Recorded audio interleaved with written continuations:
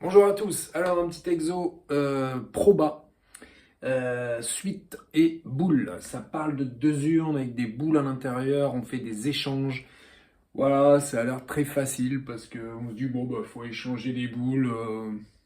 Voilà, et puis on peut. L'énoncé est très facile aussi dans le sens où c'est quelque chose qui peut s'expliquer en quelques phrases. On n'a a priori pas besoin de tout un énoncé mathématique pour en parler de cette histoire de boules. Regardez qu'est-ce qu'on fait. On a deux urnes. Dans la première, il y a deux boules blanches. Dans la deuxième, il y a deux boules noires.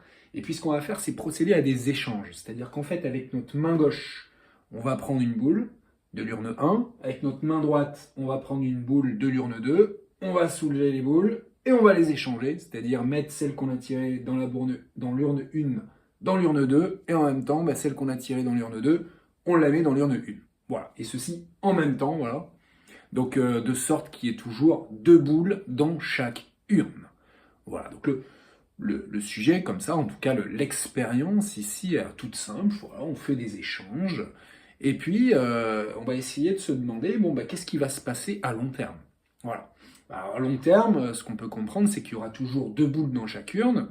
Il peut se passer plein de trucs, hein. On peut avoir toujours deux boules blanches dans la première, ou alors une boule blanche et une boule noire, ou alors deux boules noires, voilà, ça peut arriver. Mais on va rajouter le mot proba, c'est-à-dire avec quelle probabilité on va avoir les différentes situations. Hein. Voilà, est-ce qu'à terme il y aura plus de chances qu'on ait par exemple une boule de chaque couleur dans l'urne 1, ou bien deux boules blanches, ou est-ce que ça sera équiprobable? Voilà, donc c'est l'objet de ma première question. Voilà, donc tout se polie, parce qu'on se dit, quand on voit tout ça, qu'on se dit, ouais, ça a l'air facile, et puis qu'on voit qu'il y a besoin de tout ce que j'écris ici, on se dit, ouais, mais il doit y avoir quand même des subtilités. Et en effet, il y en a, en tout cas dans la modélisation parfaite, mais on peut avoir déjà de l'intuition et se dire, bon, franchement, après un grand nombre d'échanges, qu'est-ce qui va se passer plus probablement? Est-ce que vous pensez que c'est plus probable de retourner à la situation initiale, ou bien d'en avoir une de chaque couleur, ou bien d'en avoir deux noires? Bon, je dirais que ça se discute, on peut se dire, ouais, bon, ça a l'air peut-être équiprobable, c'est-à-dire, je sais pas, peut-être un tiers, un tiers, un tiers pour chaque situation, ou bien peut-être réaliser que c'est vrai qu'à force d'échanger avec ces histoires de croisement, c'est peut-être plus probable d'en avoir une de chaque couleur, voilà, hein, parce que c'est un peu extrême d'avoir deux blanches ou d'avoir deux noires, pourquoi pas. Mais on va se rassurer en faisant des maths pour voilà, prévoir ce qui va se passer à long terme, quantifier tout ça avec des probas, avec n échanges, donc proba suite, ok. Alors c'est un exo qui est adressé à des élèves de terminale, voilà, avec des outils de terminale, on est bien guidé, hein, c'est des probas, il y a des suites aussi un petit peu. Sachez que ça peut se traiter aussi à un niveau un petit peu supérieur, au niveau maths experte, parce que on peut à un moment travailler avec des matrices pour aller un petit peu plus vite, et avec moins d'aide, mais en fait il y a de l'aide quand même, parce que niveau terminal, maths expert, on ne sait pas diagonaliser tout seul, donc voilà. Mais c'est des sujets qui peuvent être encore un niveau au-dessus, c'est des sujets typiques par exemple de concours de grande école de commerce. Voilà, prépa, ECS, ECE, là tout ça, il y a souvent ces histoires de boules, de suites, de proba qui reviennent dans les concours. Donc moi je ne m'adresse pas à vous, hein, vous qui êtes en prépa, je m'adresse plutôt à des élèves de terminale qui vont découvrir ça et qui vont voir qu'avec les outils dont ils disposent, il y a moyen de le faire. Voilà, encore faut-il être un petit peu guidé, c'est le cas des questions que je propose. Alors, après avoir fait la question 1, ou intuitivement se demander, ouais, plus de chance, moins de chance, d'accord, on verra. Pour l'instant, c'est pas trop, on peut raconter n'importe quoi, votre intuition, vous pouvez dire n'importe quoi, c'est des conjectures, hein, voilà, vous n'êtes pas censé trouver le bon résultat direct du premier coup, au contraire, c'est bien de penser à un truc qui est un peu, voilà, qui va pas marcher pour qu'à la fin on se dise, ouais, voilà, regardez, heureusement que j'ai fait des maths parce que mon intuition n'était pas terrible, c'est ça qu'on a envie d'entendre de votre part. Donc je passe à la question 2 qui est après avoir déterminé l'ensemble des valeurs prises par les variables aléatoires x0, x1 et x2, déterminer leur loi de probabilité. Donc en effet, un des écueils de ce sujet, c'est que voilà, passer ces histoires de description de l'expérience avec des boules, il y a quand même de la syntaxe. Voilà. Et la syntaxe, elle repose sur une variable aléatoire qui s'appelle xn et qui va compter le nombre de boules blanches, voilà, dans la première urne. Voilà. Pourquoi dans la première? Parce qu'en fait, si je connais la composition de la première, j'en déduis la composition de la deuxième. Donc je ne m'intéresse qu'à une seule urne finalement. Ça simplifie le problème, évidemment. Et alors, nombre de boules blanches dans la première urne, mais attention, il y a un n ici. Hein. Voilà. Donc après, n échange. Après, n échange. Et donc je rappelle ce que c'est qu'un échange.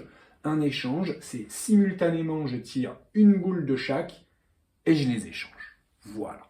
Ok. Et je m'intéresse d'abord à x0, qui est donc la variable aléatoire qui compte le nombre de boules blanches dans la première urne après 0 échange, c'est-à-dire dès le début. Bon, bah là c'est une variable aléatoire un peu facile. Pourquoi? Parce que, en fait, elle prend qu'une valeur. x0. Au début, il y a quoi? Il y a 2 boules blanches ici. Donc ça y est, c'est fini. x0, ça vaut 2. Ça vaut pas autre chose. Parce que j'ai pas encore procédé à un échange. Donc là, je suis sûr de connaître exactement la valeur de cette variable aléatoire. Il n'y en a qu'une, c'est 2. Donc ma loi de probabilité que je vais écrire là, de ma variable aléatoire x0, alors je le mue quand même sous forme d'un tableau pour prendre cette habitude, P de x0 égale xi, ben en fait, j'ai qu'une seule valeur qui est 2, je l'obtiens avec une proba égale à 1. Facile. Pour maintenant ma variable x1, P de grand x1 égale xi.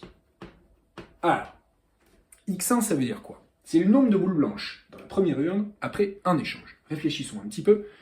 J'ai d'abord mon urne, je fais un échange. Quand je fais un échange, je dois d'abord prendre, enfin d'abord, en fait c'est en même temps, je peux décomposer, je peux le faire en même temps. Je prends une boule de l'urne 1, ça sera forcément une blanche. Une boule de l'urne 2, ça sera forcément une noire. Je les échange.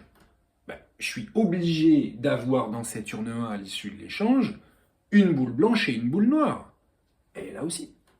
Ah oui, parce que quelle que soit la boule blanche que j'ai tirée ici et quelle que soit la boule noire que j'ai tirée ici, là ça sera une blanche et là ça sera une noire. Donc après l'échange, il y a une boule noire qui va venir là, une boule blanche qui va venir là. Conclusion, c'est un peu comme ici. J'ai qu'une seule valeur possible pour ma variable aléatoire, c'est 1, parce que j'aurai qu'une boule blanche avec certitude dans mon urne 1 après un échange, une boule blanche et ceci avec une probabilité égale à 1. Voilà. Donc là aussi c'est facile. En fait, c'est à partir de maintenant que ça va se compliquer un petit peu. Voilà, là, il peut se passer plein de trucs, plein de mélanges. Pourquoi? Parce que à l'issue de cette situation après un échange, j'obtiens dans mon urne 1 une blanche et une noire, et dans mon urne 2, une blanche et une noire. Voilà. Et là, il peut se passer des choses différentes. Là, je ne connais pas avec certitude le contenu de mes deux urnes après ce deuxième échange. Ok. Alors, regardons un petit peu ce qui se passe.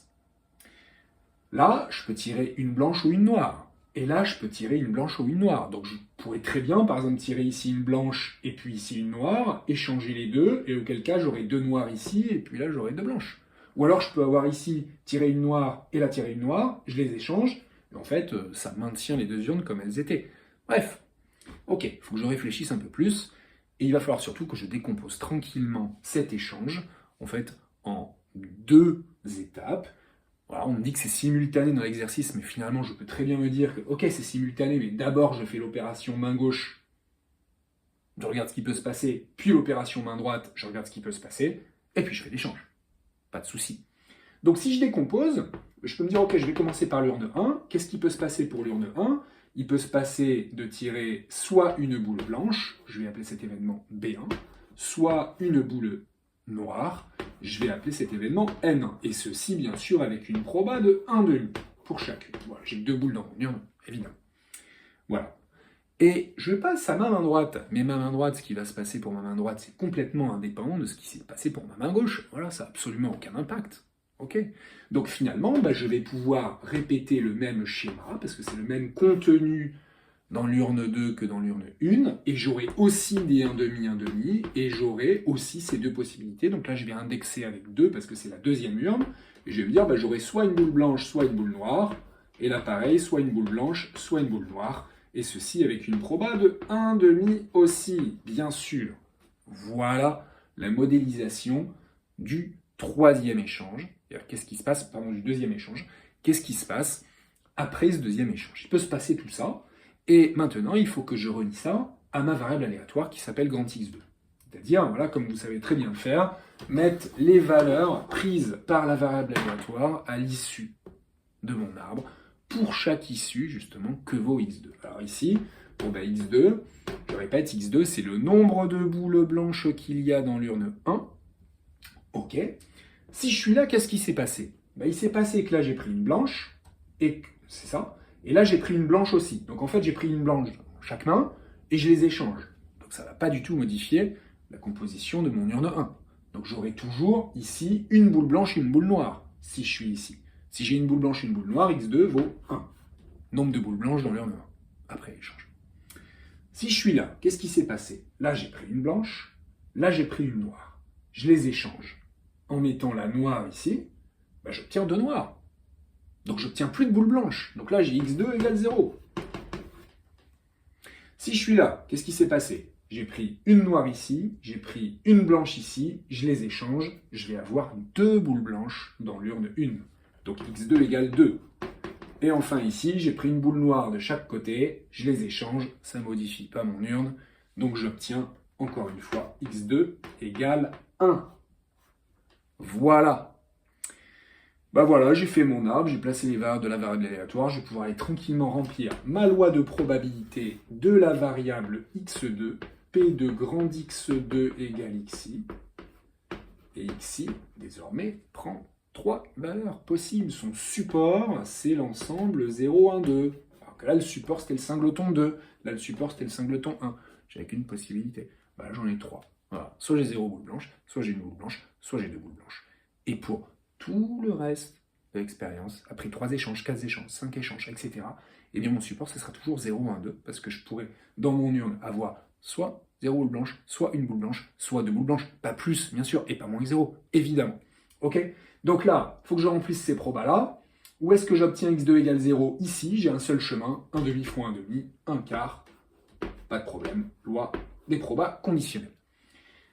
Tiens, je vais faire x2 égale 2, parce que j'ai un seul chemin, 1 demi fois 1 demi, 1 quart aussi. Il ne me reste plus qu'un demi, et 1 demi, en effet, je le retrouve avec la loi des probas totales, en faisant 1 demi fois 1 demi, plus 1 demi fois 1 demi, pas de problème, 1 demi. Voilà la loi de x2. Je récapitule, loi de x0, très simple, loi de x1, très simple, loi de x2, un peu plus compliqué, mais pas trop dur non plus. Ok? Hein, la difficulté, c'était juste la compréhension, quand même, un petit peu des différents événements, des indices, etc. Voilà. Alors, on passe à la suite. Et la suite a l'air beaucoup plus compliquée. En fait, non, ça n'est juste qu'un problème de syntaxe et de bonne lecture des choses. Ce sont des sachant que, qu'on vous demande. Hein. Regardez, P de xn plus 1 sachant xn égale 0, P de xn plus 1 égale 1 sachant xn égale 0, et puis P de xn plus 1 égale 2 sachant xn égale 0. Donc en fait, je demande tous les sachant que xn égale 0. Sachant que xn égale 0, voilà ce que je vous demande dans cette question. Et ça va être des questions qui vont être, qu'on va pouvoir traiter par la compréhension de ce qu'on me demande, hein. Pas par de la formule mathématique ou je ne sais quoi. On se dit, là, c'est un trio de probas sachant xn égale 0. Sachant xn égale 0, ça veut dire quoi? Sachant xn égale 0, il y a eu n échanges, voilà. Ok. Mais à la fin de ces n échanges, ça que veut dire xn égale 0, c'est que j'ai 0 boule blanche dans mon urne 1. Donc le sachant xn égale 0, il me donne la situation dans laquelle je suis. Je suis comme ça. Voilà. Ça, c'est mon sachant xn égale 0. Donc vous comprenez que je reviens exactement à la situation... Ah non, je reviens à aucune situation d'ailleurs. Je veux dire, je reviens à la situation de après 0 échange. Non, c'est exactement le contraire de ce qu'il y avait après 0 échange. C'est-à-dire que là, je n'ai pas de boule blanche. Xn égale 0, j'ai pas de boule blanche. Ok? Mais alors, qu'est-ce qui peut se passer, sachant xn égale 0 au tour suivant, après l'échange suivant? Ben, je sais ce qui va se passer. Je ne peux avoir que la situation suivante, une boule blanche et une boule noire ici. Évidemment, puisque je vais faire un échange, et quand je vais faire l'échange, j'ai une boule blanche qui va arriver. Voilà. Un peu comme tout à l'heure quand on a parlé de la situation initiale. Donc finalement, ces 3 probas là, et regardez comment je vais rédiger ça. Je vais faire ça sous la forme d'un tableau. Je vais mettre mes sachants ici, voilà, mes sachants que, d'accord? Et là, je vais mettre sachant que xn égale 0. Ok? Ça, c'est mes sachants. Tiens, je vais mettre ça comme ça, plutôt. Sachant xn égale 0, la proba que xn plus 1 soit égal à 0, eh ben, elle est égale à 0. Voilà. C'est ce qu'on vient de dire. Par contre, la proba que xn plus 1 égale 1, ben, elle est égale à 1 parce que je suis sûr d'avoir une boule blanche. Et enfin, la proba que xn plus 1 égale 2, ben, elle est égale à 0, évidemment. Dans cette situation-là. Voilà. Je vais passer au sachant xn égale 2, pareil, parce que c'est facile. Plus facile que xn égale 1. Donc, sachant xn égale 2, qu'est-ce que ça signifie? Ça signifie que je sais qu'après les n échanges, je suis dans cette situation-là. Voilà ce que je sais. Et donc, dans mon nocturne, j'ai ça. Bah là, je reviens au cas initial, c'est-à-dire avant même d'avoir échangé quoi que ce soit, c'était déjà comme ça, et j'avais vu que, en effet, quand j'ai ça, eh ben, j'ai forcément xn plus 1 égale 1, parce qu'en faisant un échange, j'aurai forcément une boule blanche qui va arriver dans l'urne numéro 1. Et donc là, j'ai 0, et là, j'ai 0. Et enfin, il faut que je remplisse ça, le sachant xn égale 1, ok. Il s'est passé plein de trucs, mais désormais, après un échange, je sais que xn égale 1. Qu'est-ce qui se passe dans ces cas-là? Ben, j'ai une boule blanche et une boule noire, et là j'ai une boule blanche et une boule noire, donc je reviens à la situation de mes deux urnes après un échange. J'en suis là, j'ai eu un échange, c'est comme ça, j'ai une boule de chaque couleur, et donc je sais très bien ce qui va se passer. Je l'ai fait là, c'est la loi de x2 en fait, que je vais recopier. Parce que quand j'ai eu un échange, j'ai cette situation, et j'ai déjà travaillé sur cette modélisation, je vois déjà le lien avec ce que j'ai fait avant, donc je recopie un quart, un demi et un quart. Voilà, tous mes sachant que sont ici présentés sous la forme de tableau, donc je réponds de cette manière aux questions 3, 4, 5 pour ceux qui ont l'énoncé. Bon, ok, bah alors il faut avancer. Et là, ça y est, là, wow, ça se complique encore plus, mais en fait c'est des notations différentes pour justement simplifier l'écriture, parce que sinon c'est quand même très lourd. Et puis pour anticiper et faire la transition vers les suites, pour la suite de l'exercice. Ok. Parce que moi, ce qui m'intéresse, quand même, à la fin, c'est pas les sachant que. Quand même, c'est P de xn égale 0, P de xn égale 1 et P de xn égale 2. Donc d'abord, je vous fais passer par les P de xn plus 1 égale 0, P de xn plus 2 égale 0, etc. Xn plus 1 égale 1, en fonction du précédent, c'est-à-dire de P de xn égale 0, de P de xn égale 1, de P de xn égale 2. Voilà. Alors, ok, il y a une syntaxe avec un n, mais ce qu'il faut reconnaître quand même, c'est que là, je vous ai fait travailler sur le sachant que, donc ça doit vous faire penser quand même à la loi des probas totales. C'est-à-dire, si je veux un événement, bah, en fait, c'est P de A inter B plus P de A inter B bar. Voilà. Mais je ne peux écrire ça que quand j'ai ce qu'on appelle un système complet d'événements, une partition de l'univers, et donc il faudrait que je fasse le lien un petit peu, parce que là, j'ai plus vraiment d'arbre, je ne vais pas faire un arbre ici. Bon, ben en effet, il y a cette situation-là ici, bien sûr. Alors pourquoi? Eh ben, parce que si je m'intéresse par exemple à l'événement xn plus 1 égale 0, voilà, xn plus 1 égale 0, cet événement, comment je peux l'avoir? Ça veut dire que j'ai 0 boule blanche après n plus 1 échange. Ben, je peux l'avoir en ayant eu auparavant xn égale 0, ou bien xn égale 1, ou bien xn égale 2. D'accord? Parce que ces trois événements forment une partition de l'univers. Après un échange, j'ai forcément soit 0, soit 1, soit 2 boules dans mon urne. D'accord? Et leur intersection, elle est vide à ces trois petits événements-là. Je ne peux pas avoir à la fois 0 et une boule dans mon urne. D'accord? J'avais soit 0, soit 1, soit 2. Partition de l'univers. Donc, je vais pouvoir utiliser ma petite formule des probas totales que je vous ai écrit ici. P de xn plus 1 égale 0, c'est P de xn égale 0 fois P de xn plus 1 égale 0, sachant xn égale 0. Plus, même chose, mais avec cette fois P de xn égale 1 fois P de xn plus 1 égale 0, sachant xn égale 1. Plus, enfin, la dernière possibilité, c'est quand je viens de xn égale 2 fois P de xn plus 1 égale 0, sachant xn égale 2. Et puis je vais regarder ce qui se passe, parce que je les ai ici. P de xn plus 1 égale 0, sachant xn égale 0, ça vaut 0. Ah bah tout s'annule ici. Ça fait 0. P de xn plus 1 égale 0, sachant xn égale 2, c'est où? C'est là. Ça vaut 0. Donc ça s'annule aussi. Bref, il ne me reste plus que ça. P de xn égale 1, mais je ne le connais pas. Donc c'est là que j'utilise mon énoncé avec la nouvelle notation. P de xn égale 1, j'appelle ça comment? P de xn égale 1, j'appelle ça Bn. Donc ça, c'est Bn. Et il me manque P de xn plus 1 égale 0, sachant xn égale 1. Sachant xn égale 1. P de xn plus 1 égale 0. C'est là, ça vaut un quart. Conclusion, un quart de Bn. P de xn plus 1 égale 0. Ça vaut un quart de Bn. Je viens de comprendre que ça, xn plus 1 égale 0, c'est an plus 1. J'en déduis donc que an plus 1 égale un quart de Bn. C'est la première ligne de mon système. an plus 1 égale un quart de Bn. Voilà, ça dépend plus que de Bn. Ok. Je passe à la deuxième ligne que je dois obtenir, c'est la ligne du Bn plus 1, et Bn plus 1, ça veut dire en fait P de xn plus 1 égale 1. Pareil, je fais mes petites probas totales. Je vais faire P de xn plus 1, xn égale 1 fois P de xn plus 1 égale 1, sachant xn égale 1. Ok. Je ne sais pas pourquoi je commence par 1, d'ailleurs j'aurais pu commencer par égal 0, donc je vais l'écrire quand même tout ça, c'est mieux. P de xn égale 0 fois P de xn plus 1 égale 1, sachant xn égale 0. Alors P de xn égale 0, ça c'est an,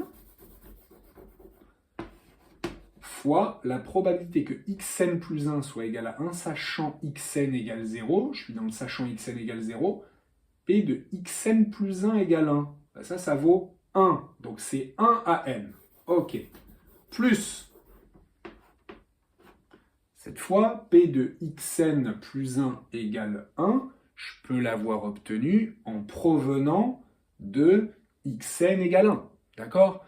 Donc ça va être P de xn égale 1 fois P de xn plus 1 égale 1, sachant xn égale 1.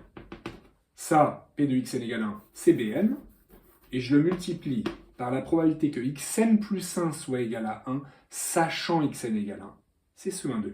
Donc 1,5 Bn. Et enfin, il y a une symétrie. Voilà, on va le faire quand même. Mais je peux provenir de l'événement xn égale 2, et en provenant de l'événement xn égale 2, ça me donne P de xn égale 2, c'est-à-dire Cn, fois P de xn plus 1 égale 1, sachant xn égale 2. Sachant xn égale 2, c'est là. P de xn plus 1 égale 1, ça fait 1. Donc Cn fois 1. Et j'obtiens ma deuxième ligne pour Bn plus 1, qui est ce qu'il fallait obtenir, c'est-à-dire An plus 1,5 de Bn plus Cn. An plus 1,5 de Bn plus Cn. Et enfin, mon Cn plus 1. Cn plus 1, ça veut dire P de xn plus 1 égale 2. Je peux me poser la question, mais ça, je peux l'obtenir, cet événement xn plus 1 égale 2, en ayant eu avant peut-être xn égale 0. D'accord? Donc ça va me faire P de xn égale 0, c'est-à-dire An fois P de xn plus 1 égale 2, sachant xn égale 0, mais ça, je me rappelle que c'est pas possible, donc j'aurai un fois 0. Et en fait, donc je vais pas faire non plus le dernier, le sachant xn égale 2, parce que c'est pas possible non plus. Donc je me dis, mais je ne peux provenir que duquel? Eh ben de xn plus 1 égale 2, c'est-à-dire que je vais avoir, ici, donc je récapitule, P de xn plus 1 égale 2, ça va être P de xn égale 2 fois P de xn plus 1 égale 2, pardon, 1, pardon, c'est-à-dire P de xn sachant xn égale 1, P de xn plus 1 égale 2, sachant xn égale 1. Voilà, donc mon xn égale 1, il est là, mon sachant xn égale 1. Xn plus 1 égale 2, ça me fait un quart, donc un quart fois Bn. Cn plus 1, c'est un quart fois Bn. Voilà. Et donc cet exercice de proba, à partir de ce moment-là, regardez bien, eh bien ça devient un exo de suite. Voilà. Et d'ailleurs, un exo de suite, ça y est, je peux abandonner tout ce que j'ai fait là. Voilà. J'abandonne. Ça m'a bien servi, les probas. Et je reviendrai aux probas à la fin. Maintenant, il faut que je traite ça sous forme de suite, parce que sinon, je ne vais pas y arriver. Donc je recopie proprement pour qu'on voit apparaître des choses. Voilà, AN plus 1, BN plus 1, CN plus 1. Je vais commencer par l'écriture de BN plus 1 qui me prend plus de place. AN plus 1 demi BN plus CN. Et là pour AN plus 1, j'ai que du BN, un quart de BN. Et puis pour CN plus 1, j'ai aussi que du BN. Et puis je peux quand même constater que AN plus 1 égale CN plus 1. Voilà, ok. Donc c'est la même chose, exactement la même suite. La même relation de récurrence. Mais comme ça dépend de BN, c'est la même suite. Ok, on y va. Alors, c'est là où ça va diverger selon votre niveau. On peut faire un aparté maintenant en mode maths experte. Okay. Comment on traiterait ça? C'est pas à vous de le faire tout seul, mais on pourrait vous orienter vers un truc type matrice, où on vous parlerait du vecteur AN plus 1, BN plus 1, CN plus 1. Voilà. Que je pourrais appeler grand X N plus 1. Et puis on traiterait le problème matriciellement, ok, où on aurait donc une matrice, j'ai pas beaucoup de place là, je vais mettre là, voilà, là j'ai mon AN plus 1, BN plus 1, CN plus 1, égale 0, 1 quart, 0, 1, 1 demi, 1, 0, 1 quart, 0, fois le vecteur grand Xn qui est AN, BN, CN. Voilà. Et l'idée, il faut qu'on s'en rappelle, l'idée c'est vers quoi va tendre AN, va quoi vers tendre BN, va quoi vers tendre CN. Parce que nous, ce qui nous intéresse, c'est à long terme, quelle va être la composition de mon urne. D'accord? Plutôt 0 boule, plutôt une boule, plutôt 2 boules blanches. Donc l'idée, là, maintenant, ça va être de faire tendre Xn vers plus l'infini, de tendre N vers plus l'infini. Et là, on a un produit de matrice, voilà, il y aura des multiplications successives. Ça, c'est plutôt orienté maths experte en étant guidé. Bon, on revient à l'énoncé tel qu'il est posé, et on se dit, de toute façon, c'est le même enjeu pour nous, il va falloir qu'on essaie de trouver les limites des suites AN, BN, CN, et pour ça, pour l'instant, on a des relations de récurrence, et puis en plus, regardez, elles font intervenir carrément les 3 suites en même temps, elles sont complètement couplées, ces suites, donc il n'y a pas moyen d'aller travailler sur direct une suite géométrique par-ci, par-là, ça ne marche pas. Donc là, vous avez besoin d'un guide, et le guide, c'est moi, voilà. Je vais vous poser une petite suite auxiliaire que j'appelle UN, et UN, c'est 2AN plus BN, pour tout N. Voilà. UN, c'est 2AN plus BN. Alors, vous voyez que je ne reparle plus de A0, B0, tout ça, mais rappelez-vous qu'on les a eus tout à l'heure. On les a obtenus, A0, B0, et même A1, B1, puisqu'en fait, finalement, comme on a même A1, B1, C1, puisqu'on a étudié, puis même B2, A2, B2, C2, puisqu'on a travaillé sur la loi de proba de X0, X1, X2. Donc on a quand même pas mal de choses sur ce qui se passe au début pour ces 3 suites. Okay, mais là, je m'intéresse vraiment aux relations de récurrence. Donc ce qui se passe pour un anti-N, voilà, de manière généralisée. Bon, UN égale 2AN plus BN. Il faut que je montre que cette suite, elle est constante. Donc, comment je peux montrer que cette suite est constante ? Pour montrer que cette suite est constante, je peux avoir plusieurs idées, je peux peut-être travailler par récurrence, voilà, il y a plein de choses à faire éventuellement. Mais je peux quand même aussi peut-être tout simplement me dire, et si je calculais UN plus 1 ? Voilà, parce que si cette suite est constante, en calculant UN plus 1, normalement je devrais retomber sur UN. Voilà. Donc calculer UN plus 1, ça veut dire calculer 2AN plus BN plus 1, 2AN plus 1 plus BN plus 1. Et je vois que dans l'expression de AN plus 1, j'ai du BN, d'accord ? Dans l'expression de BN plus 1, j'ai aussi du BN, mais j'aurai aussi du AN et du CN. Ouais. Mais bon, on peut constater quand même que AN et CN, regardez-les, AN plus 1, un quart de BN, CN plus 1, un quart de BN, AN et CN, c'est la même chose. Alors c'est la même chose, attention quand même. C'est la même chose à partir d'un certain rang, parce qu'on a vu au début qu'on avait des valeurs de AN et de CN qui n'étaient pas les mêmes. Attention, rappelez-vous. Rappelez-vous qu'on avait notamment A2 qui valait 1, et on n'a certainement pas B2 qui vaut 1. Attention, attention. Donc là, on fait gaffe quand même, hein, c'est sur n étoile en fait que ça fonctionne. Mais un plus 1 égale 2an plus 1 plus bn plus 1. Voilà, sur n étoile, je vais continuer. 2an plus 1 plus bn plus 1, si je veux arriver au bout, je vais faire du 2 fois 1 quart de bn, c'est-à-dire du 1 demi de bn, plus bn plus 1, ça fait du an, plus 1 demi de bn, plus cn, que je vais donc remplacer par an, à partir de n supérieur ou égal à 2. Ça me donne bn plus an, c'est-à-dire 2an. Conclusion, un, c'est bien une suite constante, parce que un plus 1, ça fait un. Je répète, à partir du rang 2. Ok, un plus 1, c'est un. Super, suite constante. Alors, il faut maintenant que j'en déduise des choses sur an plus 1. Très bien. Le fait que un soit constante va me permettre d'exprimer facilement an en fonction de bn, ou bn en fonction de an. Pourquoi? Parce que ça, pour tout n, supérieur ou égal à 2, ça fait une constante. Alors, laquelle? Pour trouver laquelle, il va me suffire de remplacer n par 2. Comme ça, je vais pouvoir trouver la valeur de la constante, jusqu'elle ne changera plus à partir de 2.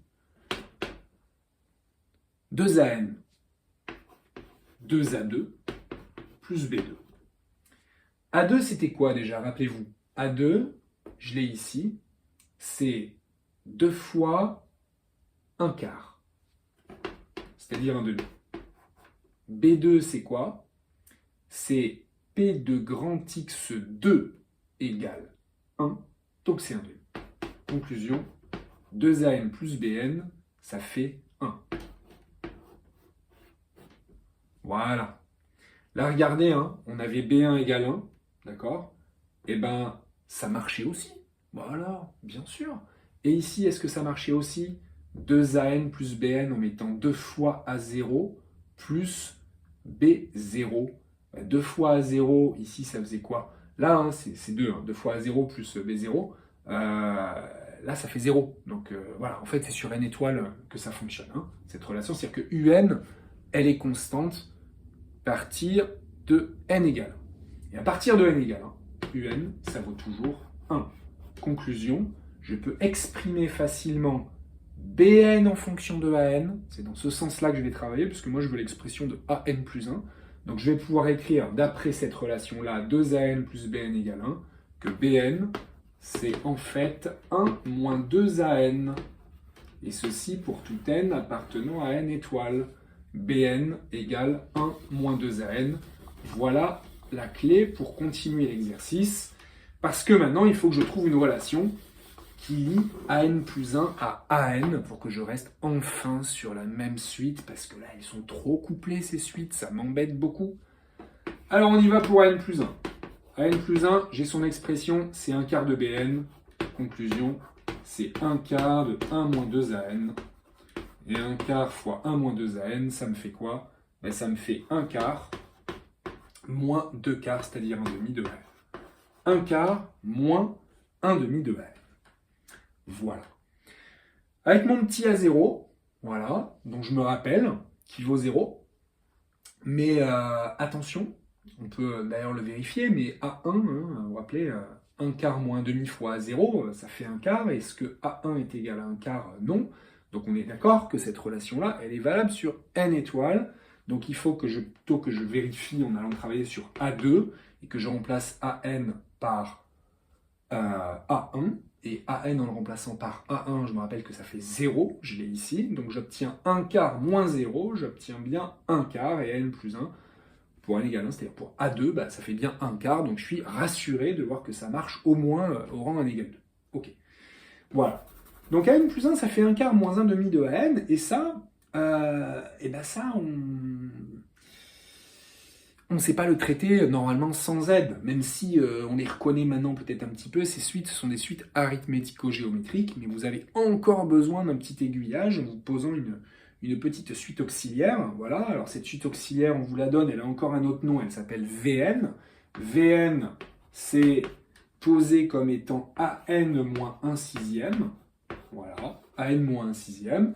Et si on veut montrer que cette suite est géométrique, ce qui est toujours le cas de ces suites auxiliaires quand on est en mode suite arithmético-géométrique, on va remplacer, on va exprimer Vn plus 1. Donc Vn plus 1, ça va faire An plus 1 moins 1 sixième. Voilà. An plus 1, on va remplacer par cette expression. Ça va nous donner du 1 quart moins 1 demi de An moins 1 sixième. Le 1 quart moins 1 sixième, on va le retravailler un petit peu. Ça va faire un douzième. Bref, on aura du 1 douzième moins 1 demi de AN. Je vais écrire directement. Vn plus 1, c'est égal à 1 douzième moins 1 demi de AN. Voilà. Et moi, il faudrait que je récupère là-dedans du Vn, pour montrer que c'est géométrique. Vn, c'était AN moins 1 sixième. Donc je me dis que là, il va falloir multiplier par moins 1 demi, en fait. Et en effet, ça marche. Vn plus 1, c'est moins 1 demi de Vn. Donc, Vn, c'est bien une suite géométrique de raison moins 1 demi. Je peux donc exprimer Vn en fonction de n. Attention, sur n étoiles, donc ça va être V1 fois Q puissance n moins 1. V1, ici, qu'est-ce que c'est? V1, c'est A1 moins 1 sixième. D'accord? A1 moins 1 sixième, je vais encore chercher la valeur de A1, ça fait 0. Donc 0 moins 1 sixième, ça fait moins 1 sixième. Et donc ça c'était bien. Donc moins 1 sixième fois moins 1 demi puissance n moins 1. Voilà. Ça c'est l'expression de Vn en fonction de n. Et pour avoir An, bien sûr je reviens à ça. Et ça me fait An égale Vn plus 1 sixième. Donc je rajoute un plus 1 sixième si je veux l'expression de An en fonction de n. Ça y est, on a An en fonction de n. Wow, super. On est OK sur N. Voilà. Alors, maintenant qu'on a N, on peut facilement récupérer Bn et puis Cn. Regardez, on a tout ce qu'il faut ici. Alors, si on passe par Bn, regardez, tranquillement, voilà. Donc on a N. Et on va les réécrire en grand, ces expressions. On n'a même plus besoin de tout ça. Ah, si, peut-être pour un 0, un 1, tout ça. Bn, qu'est-ce que c'est? Pour tout n antinaturel non nul, c'est 1 moins 2 an, donc c'est 1 moins 2 fois ça. Voilà. Donc 1 moins 2 fois ça, si je travaille d'abord sur la constante, 1 moins 2 sixièmes, ça fait 6 sixièmes moins 2 sixièmes, 4 sixièmes, ça fait 2 tiers. Voilà.